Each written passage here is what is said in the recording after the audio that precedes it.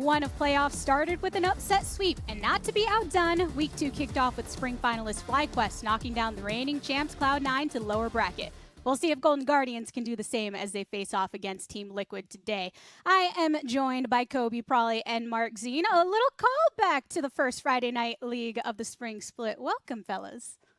Yeah, funny how Dash's internet issues pop up on the Friday that we are doing a playoffs as well. Gabby cut the lines.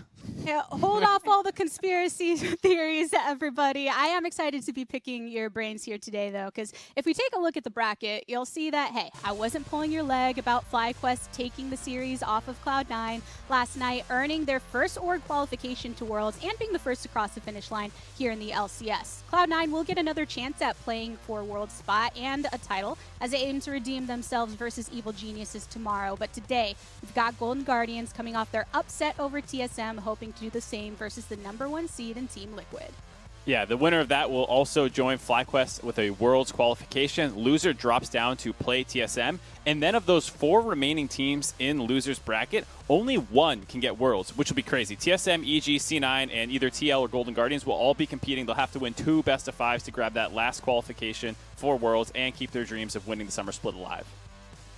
The emotions have been running high for everybody that's been tuning in. I can't imagine how it is for the players. But if you are tuning in on Twitch as well, the LCS is piloting a new extension featuring what you need to know. Things like brackets, rosters, so feel free to give that some tinkering. And if you have any feedback on what you'd like to see added, let us know. But yesterday, like we said, it's a doozy. So we got to go ahead and look at those games. We got to wonder, how did FlyQuest manage to get the upset over Cloud9? Because they were looking mighty strong.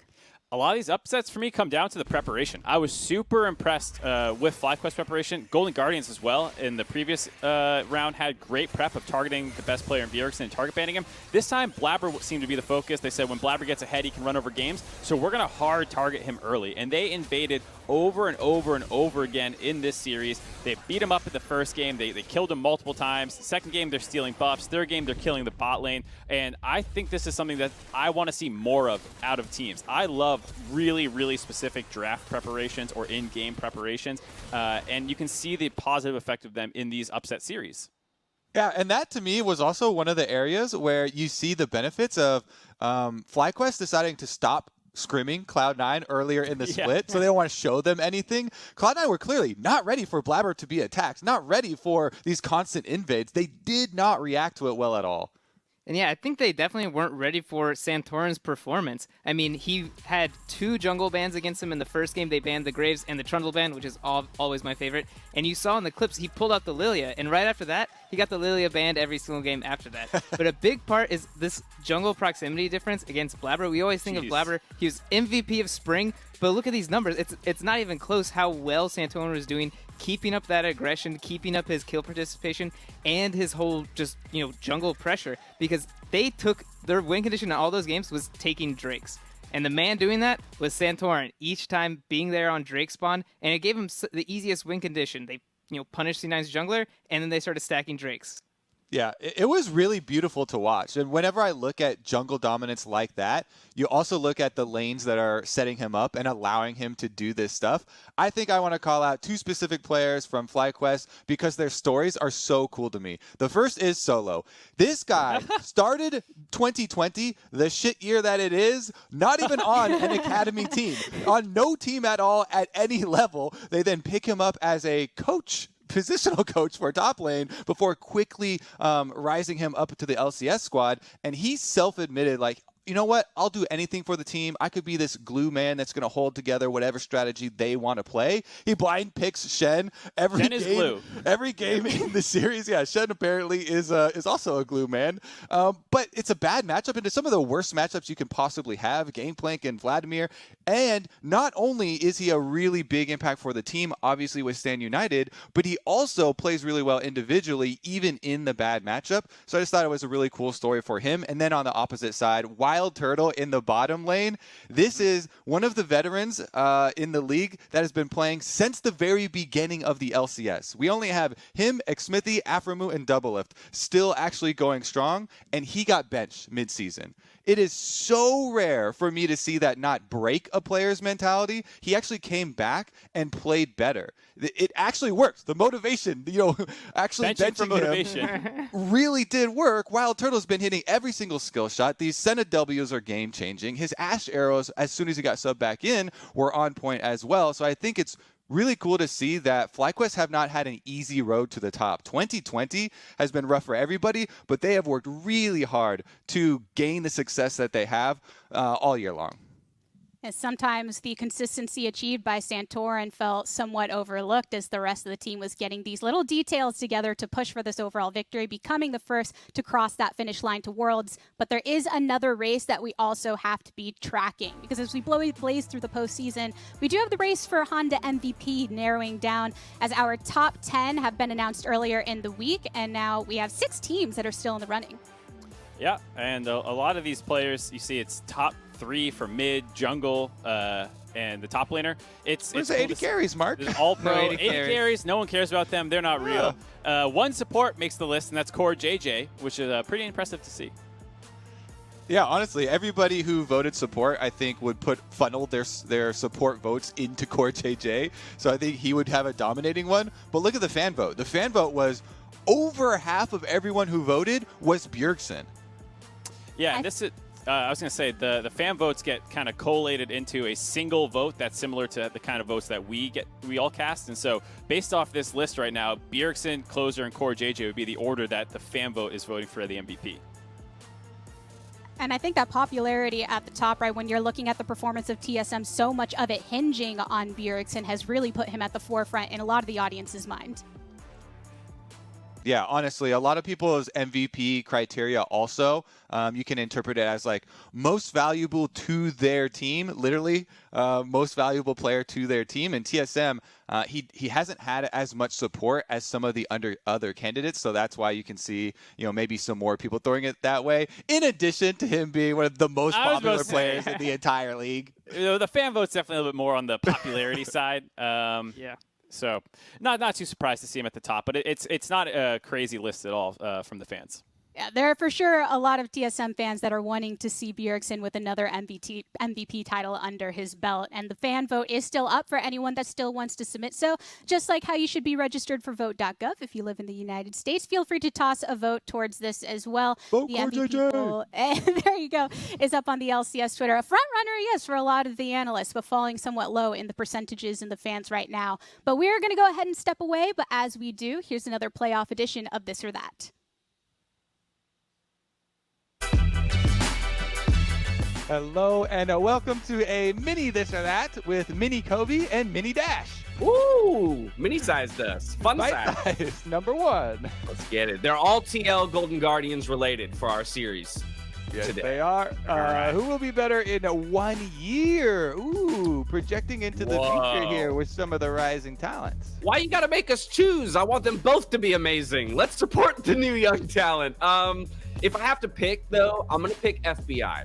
I'm going to pick FBI because of the trajectory that he's currently on, the fact that he's already in the conversation for best AD carry in the league on a team that is not first. I'll recognize that Tactical is also a top-performing AD carry in North America right now, but I do think the support around him, not only his actual support, but the rest of the team around him is greater, and therefore I'm going to caveat a little bit of his ability maybe with some of that support that he has, and I'm going to give more individual credit to FBI and what he can become.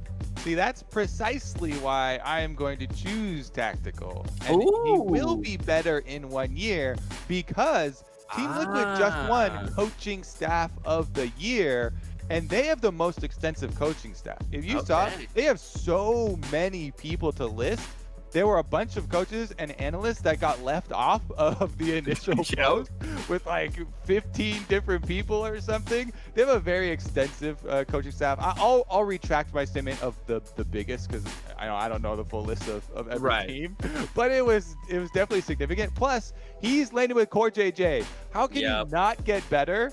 by playing bottom lane with Core JJ for an entire year. They already do it a bunch and play a whole bunch of solo queue, so they spend more time even outside of everything working together. Core JJ knows the game so well. That being said, Huhi, of course, for FBI is a great partner, and FBI has cited Huhi as a big reason for his rise. So I think that's extremely admirable, but I'm going to give a little bump here to Tactical. All right, mark your calendars. August 19th, 2021. August 19th, 2021. We're checking back in to see which of these is a better performer. I'm rooting for them both, though, because I like to see young talent grow. We're going to have a Murder Bridge 1v1 AD carry champions only to determine the winner of this or that slide. Next 1 year from now, yeah.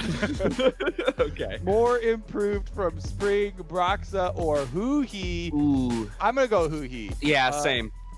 Simply because what we were talking about earlier, you know, with Huhi being a big part of both of the bottom lane players' rise for Golden Guardians. It started, I remember the game that it started for me when I started to bleed. It was his first set game for Golden Guardians. Ooh, and this was when they had been losing all their games. In the very beginning of summer, they started out losing the first like 4 of them. And Huhi's set was so incredible, playmaking for the team, getting FBI kills in lane.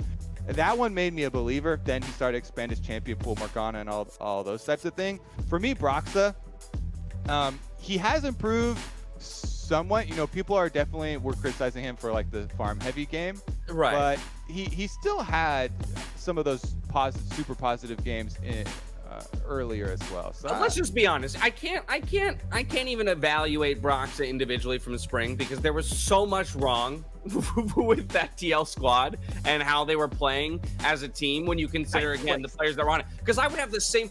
Are we going to say Doublelift's the most improved because he had a terrible spring split and he's playing marginally better here in summer? No, Broxa is not the most improved. He's not even back to his old true form. Like, I don't even think this is the strongest we've ever seen Broxa. I'm 100% on the Huhi train. The guy has only been in the role for so long. He didn't even get a full split in spring, and we have seen what a full split has done for him in summer. For me, this is no contest. Huhi is by far and away the most improved between these.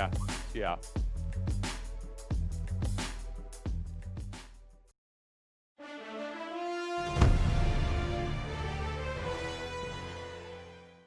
It's April 2017, and Cloud9 are facing defending champions Team Solomid in the finals. The series is all tied up, and in Game 5, it looks to be going Cloud9's way. They're ahead in gold and wearing the Baron buff. Cloud9 are looking to close off any chance TSM have to win, which forces TSM to look for a big play at the Elder Dragon. Top laner Ray charges in with Jensen's Echo quickly behind him.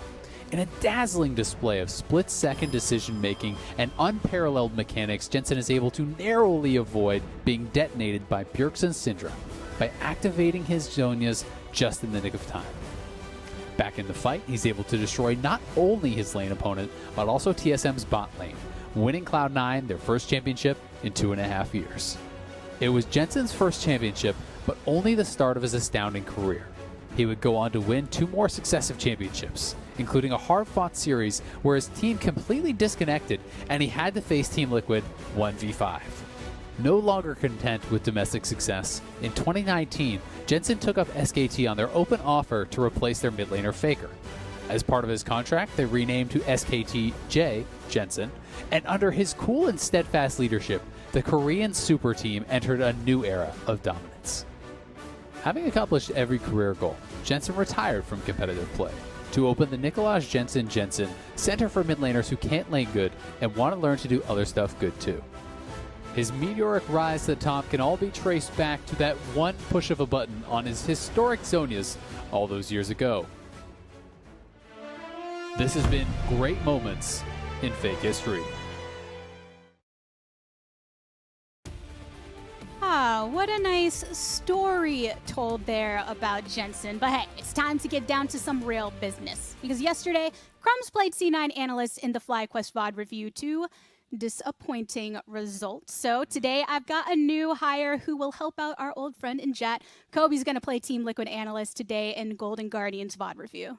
All right. I think it's pretty easy for me to pick the area where I wanted to start my VOD review, because anybody hearing about the TSM Golden Guardians series is gonna be like, yo, Mark, did you see the triple teleport into the back door? Yeah. Ziggs exploding, Totally. Nexus turret plus the Nexus. Yes, be ready for 10-16 changes. Already Golden Guardians showed the affinity here. They jumped on the Ziggs. Damonte had previously only focused on push and roam style champions, which made Golden Guardians a little bit more predictable, and people started to kind of put them into this box of, oh, he has to roam around, he can't win lane or anything like that. They won't play control mages. They very clearly will play control mages, and you have to be ready for siege strategies, as well as, yes, Ziggs can execute towers from 25 to 35% health, depending on the level of that satchel charge. So first be ready for that. Then focus on your bottom lane, because that was the other big determining factor here for Golden Guardians versus TSM. TSM just had nothing to deal with the dominance of Huhi, these multiple Morgana picks.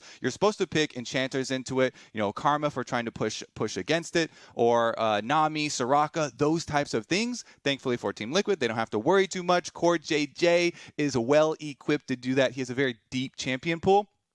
And in fact, Team Liquid have done just that throughout the season. In 18 out of 18 games, every single one, they have picked Core JJ's support after the enemy AD carry. And in 14 out of those 18 games, he's picked his support after the entire enemy bottom lane has already shown. So continue with that strategy. It's very important in setting up your MVP candidate. And last but not least, you need to watch for Closer. Closer goes for aggressive invades. He plays Nidalee, he plays Graves. Golden Guardians like to draft things to support his aggressive jungle style. He's going to want to try and take advantage of Broxah in the jungle, and especially towards the bottom half of the map. Closer has the second highest bottom jungle proximity of any jungler in the LCS. He likes to play around the Golden Guardians, strong bottom lane, and they help each other out in that area. I was going to say, Kobe, that was such a great breakdown. Did you attend the Nicholas Jensen school for people who want to learn to mid lane good? Because you had, learn other good things too. That was an impressive breakdown. Yeah, I'd say the other thing from the mid lane school would be put a Kali on there as well as one of those 10-16 champions. Slight priority on that one. But Team Liquid already stole Jad away. Don't let them take you too, Kobe. You hear? All right, I'm ready for my assistant coach VOD review job. With all of Kobe's prep in mind, though, I do want to get all of your thoughts on the jungle matchup here. He just mentioned how important Closer is going to be, and which is potentially the most Golden Guardians favored matchup in this series when you're looking at that aspect. Right, but I do want to give Broxah a little bit more credit than I think people do. His kills and assists at 15 isn't actually far behind Closer at all. It's a 0.1 difference, and if you look at the kill participation, it's actually higher, which means Team Liquid does less individually, and they use Broxah in the early game a little bit more. We know Core JJ is great about roaming around the map, but it's not like there's solo kills happening all over the place or Core JJ is making all this stuff happen on his own. Usually Broxah is involved, and so I think people get a little too critical on that part of his gameplay. But we do have to look also to the opposite side of that, because yes, Broxah has been bringing something to the table, but going back over to Closer, probably how important is he within the center of Golden Guardians? Yeah, I mean, he has a much different playstyle compared to Broxah, where, Broxah maybe is helping out his team a bit more than usual. I would say, Closer's the one who's going to get really strong, get really fed himself, and then group up with his teammates to make a play. So his lanes actually play off of him very well. They're usually the ones to go in, and Closer's kind of the cleanup duty to come in. So this kind of makes him this really scary carry threat. He's not just this jungler that's setting up stuff. He's actually the one who's he's closing. It kind of makes sense with his name. Yeah, he was up a ton. It was 10 CSD on average. Brox is still falling behind other jungle matchups individually, so it's still a huge matchup advantage for Closer. I just don't think it means it's going to be all kills and snowball, more about bullying out and taking his farm. And when you're actually trying to position yourself best to do that, of course, you have to think of your laners. Top lane has been a high point of contention for a lot of these matches. Kobe, I want to get your thoughts on how this is going to work out between these two players with their champ pools. I mean, the Mordekaiser is definitely jumping out at me. Team Liquid showed a really, really high priority on this champion from the very beginning of the split. Impact had multiple games where he was the difference maker for them. That was early in the split, though, because recently, Golden Guardians in their series, Hauntzer dominated on it 2 games versus TSM, absolutely crushing it. So this is one of the shared champions that is going to share some tendencies for both of them. That being said, I also like point Mark was bringing up, where Hauntzer has shown a more diverse champion pool so far this year, willing to play a lot more angles, for Golden Guardians. And there's might be that overlap swap too. I know Hauntzer can play Shen, even though he hasn't done it yet, and I know Impact can play GP, even though it's not technically in this champ pool. Both of those are going to end up in the shared, I think, by the time this series is done. If we're assuming a couple of the picks that we're pretty much guaranteed to see in this series, probably if you're looking to counter any of them with the Shen, with the Mord, what do you think these teams should be approaching when they're in that situation? Yeah, I mean, I'm definitely expecting a more of like Shin Mord trade all the time. But more importantly, I think Shin's going to work best with TL. They want to be able to protect their bottom lane and have them like Core JJ carry or have Jinshin be the Shin delivery system. But I think on Hanser's side, these are some of the good counter picks. I think Mord is probably the most likely. They could do the GP that kind of matches the pressure. The Jason Kinnan are kind of more lane dominant. This is not a Hanser weak side. This is a Hanser strong side pick. And I think the Gnar is just a flavor on top. This allows Golden Guardians to play this like 4-1 kind of split push style. Team Liquid is not the fastest team. I know they've gotten faster, but Gnar is still a good enough pick where he has time to scale up and actually start splitting the map. So I think Hanser might be able to play the Shin Blind too, but I think I would value the Impact a lot more. Now, one thing I don't value for Impact is Blind Mordekaiser. If you look at Hanser's solo queue, he's playing a lot of the Jax, a lot of the Fiora. Both of these got recently buffed. So I think if we see Impact blinding the Mordekaiser, I'm expecting a Hanser counterpick. However, I think if Hanser wants to do the blind Mordekaiser, I don't expect Impact to play any of these champions. Maybe the Gangplank, but hopefully we'll see more than just the Shin Mordekaiser matchup and we can see some of these counterpicks come out.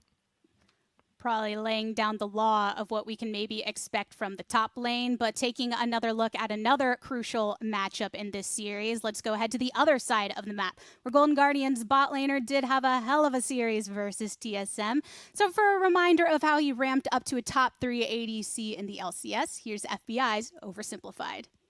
After his dominant performance at the start of playoffs, we wanted to give you a rundown of the ADC Aussie dominating the role in FBI Oversimplified. Victor Huang came into the OPL as a bit of a prodigy, connecting some solid performances in his first couple years of competition. It wouldn't be until he joined the Bombers in 2019 that he'd finally clinch his first championship and MSI appearance. That victory caught the attention of Golden Guardians scouts, where he was immediately imported to the Golden Guardians Academy squad. After making a splash in Academy Summer, FBI would quickly be called into the big leagues. And while detractors were questioning whether he was worth the import slot, Golden Guardians would slowly start chaining together the best splits they've seen yet. Fast forward to present day, FBI touts some of the most impressive stats in the league and aims to do in NA what he's already done back home, earn a title. And that's been FBI Oversimplified.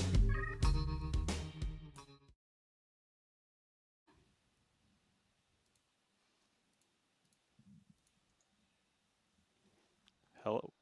All right, everyone, we are back because all of that ended up leading to a first playoff win for Golden Guardians, where frankly, as you saw if you watched it, FBI and Huhi ended up smashing. Yeah, they absolutely dunked double if we hadn't lost the playoff series in 13 straight best of fives. It is also heavily dependent on the bot lane. I think, Huhi got the better of treats with some of their blind picks, but this was a monstrous performance out of FBI. They had huge CS leads, huge experience difference, 4%. They had pressure. This allowed Drake control, all these things that we're talking about helping with closer. That said, it's hard to imagine this being replicated easily against TL, given how much of it felt dependent on the draft. Yeah.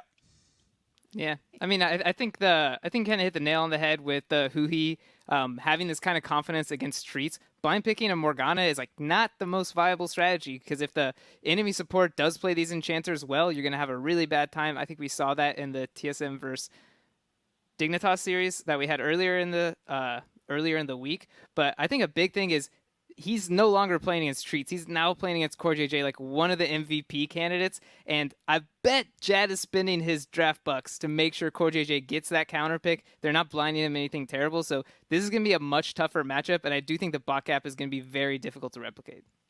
Yeah, if you look at the trends that I was kind of talking about in the opening of Countdown, then you could see that emerge as Core JJ very often gets counter picks. And when you get a support counter pick, it shows up more in AD carry stats.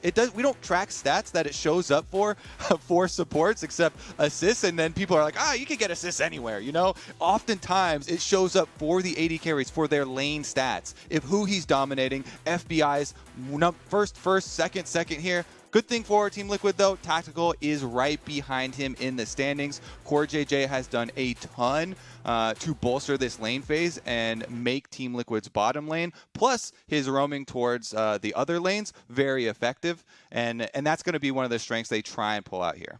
You can't go into an interview with FBI or Tactical without them mentioning what they owe to their supports in the process. And speaking of which, yesterday I actually did get to catch up with Week 9's Player of the Week, Team Liquid Jensen, to talk about his upcoming playoff match.